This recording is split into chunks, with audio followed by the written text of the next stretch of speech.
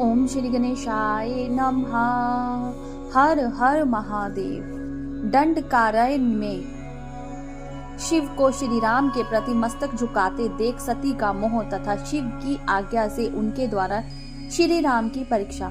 नारद जी बोले, ब्राह्मण विदे प्रजा नाथ महाप्रयाग दया निधान, आपने भगवान शंकर तथा देवी सती के मंगलकारी सुयश का श्रवण कराया है। अब इस समय पुनः प्रेम पूर्वक उनके उत्तम यश का वर्णन कीजिए। उन शिव दाम्पति ने वहां रहकर कौन सा चरित्र किया था? ब्रह्मा जी ने कहा, मुने तुम मुझसे सती और शिव के चरित्र का प्रेम से श्रवण करो। वे दोनों दाम्पति वहां लौकिक गति का आश्रय ले नित्य निरंतर क्रीड़ा किया करते थे।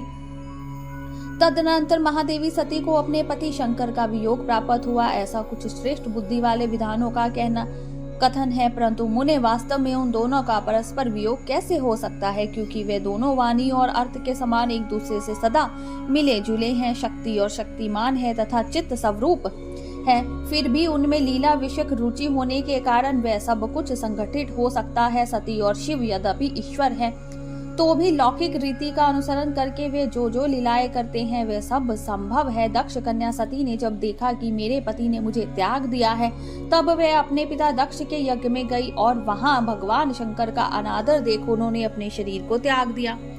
वे ही सती पुनः हिमालय के घर पार्वती के नाम से प्रकट हुई और बड़ी भारी तपस्या करके उन्होंने विवाह के द्वारा पुनः भगवान शिव को प्राप्त कर लिया। सूत जी कहते हैं, महर्षियों ब्रह्मा जी की यह बात सुनकर नारद जी ने विधाता से शिवा और शिव के महान यश के विषय में इस प्रकार पूछा। नारद जी बोले, महाभाग विष्णु शिष्य विधात, आप मुझे शिवा और शिव के भाव तथा आचार से संबंध रखने वाले उनके चरित्र का विस्तार पूर्वक सुनाइए। तात भगवान शंकर ने अपने प्राणों से भी प्यारी धर्म पत्नी सती का किस लिए त्याग किया, यह घटना तो मुझे बड़ी विचित्र जान पड़ती है, अतः इसे आप अवश्य कहिए। आज आपके पुत्र दक्ष के यज्ञ में भगवान शिव का अनादर कैसे हुआ और वहां पिता के यज्ञ में जाकर सती ने अपने शरीर का त्याग किस प्रकार किया, उसके बाद वहां क्या हुआ, भगवान महेश्वर ने क्या किया, वे सब बातें मुझसे कहिए।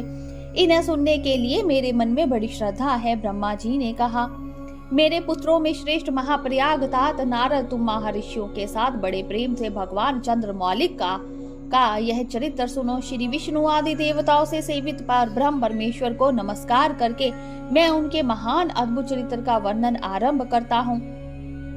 मुने, यह सब भगवान शिव की लीला ही है। वे प्रभु अनेक प्रकार की लीला करने वाले स्वतंत्र और निर्विकार हैं। देवी सती भी वैसी ही है, अन्यथा वैसा कर्म करने में कौन समर्थ हो सकता है। परमेश्वर शिव ही पार ब्रह्म परमात्मा है। एक समय की बात है, तीनों लोकों में विचरने वाले लीला विशारद भगवान रुद्र सती के साथ बैल पर आरूढ़ हो इस भूतल पर भ्रमण कर रहे थे। घूमते घूमते वे दंडकारण्य में आए। वहां उन्होंने लक्ष्मण सहित भगवान श्री राम को देखा,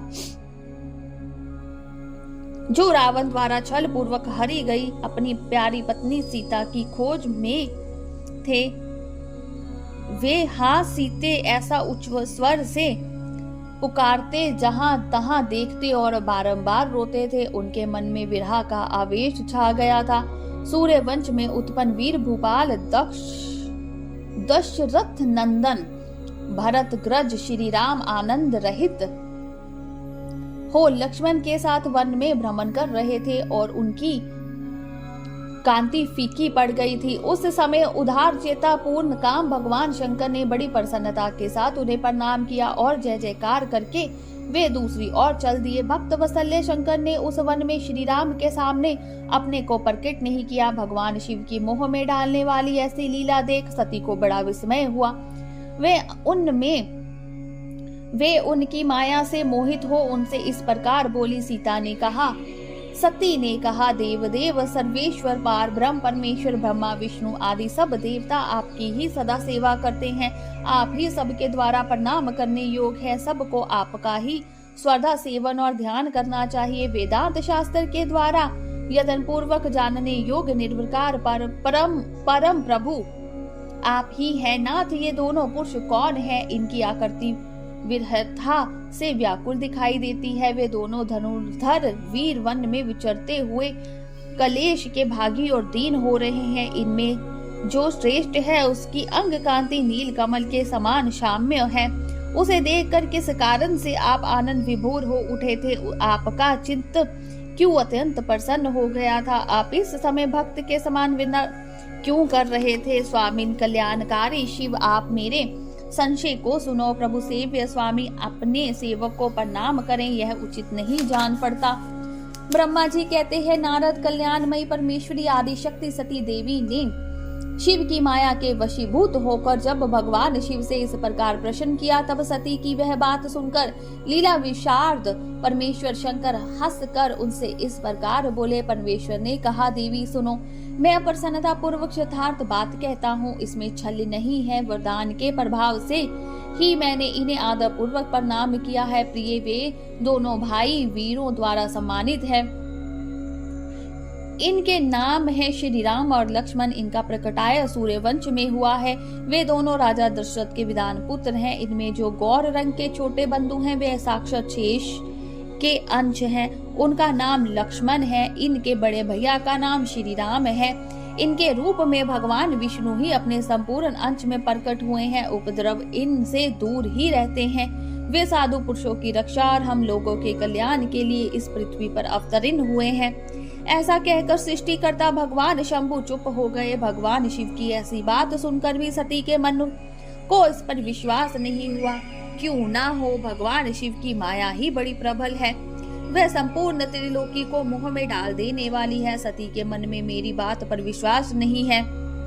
यह जानकर लीला विषाद प्रभु सनातन शंभु यूं बोले। शिव ने कहा, देवी मेरी बात सुनो, यदि तुम्हारे मन में मेरे कथन पर विश्वास नहीं है, तुम वहां जाकर अपनी ही बुद्धि से श्री राम की परीक्षा कर लो। प्यारी सती, जिस प्रकार तुम्हारा मोह या भ्रम नष्ट हो जाए वह करो। तुम वहां जाकर परीक्षा करो, तब तक मैं इस बरगद के नीचे खड़ा हूँ। ब्रह्मा जी कहते हैं, नारद भगवान शिव की आज्ञा से ईश्वरी सती वहां गई और मन ही मन यह सोचने लगे कि मैं वनचारी राम की कैसे परीक्षा करूं। अच्छा, मैं सीता का रूप धारण करके राम के पास चलूं। यदि राम साक्षात विष्णु है तब तो सब कुछ जान लेंगे, अन्यथा वो मुझे नहीं पहचानेंगे। ऐसा विचार सती सीता बनकर श्री राम के समीप उनकी परीक्षा लेने के लिए गई। वास्तव में मैं मोह में पड़ गई थी।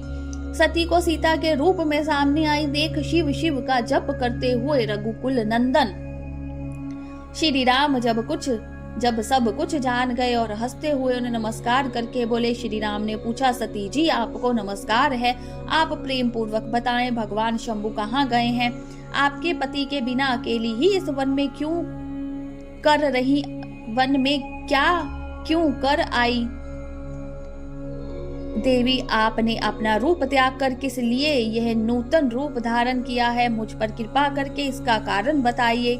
श्री रामचंद्र की ये बात सुनकर सती उस समय आश्चर्यचकित हो गई। वे शिव जी की कही हुई बात का स्मरण करके और उसे यथार्थ समझकर बहुत लज्जित हुई।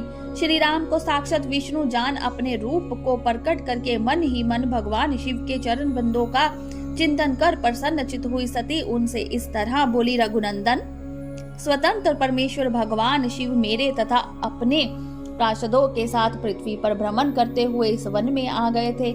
यहाँ उन्होंने सीता की खोज में लगे हुए लक्ष्मण सहित तुमको देखा। उस समय सीता के लिए तुम्हारे मन में बड़ा क्लेश था और तुम विरहोश से पीड़ित दिखाई देते थे।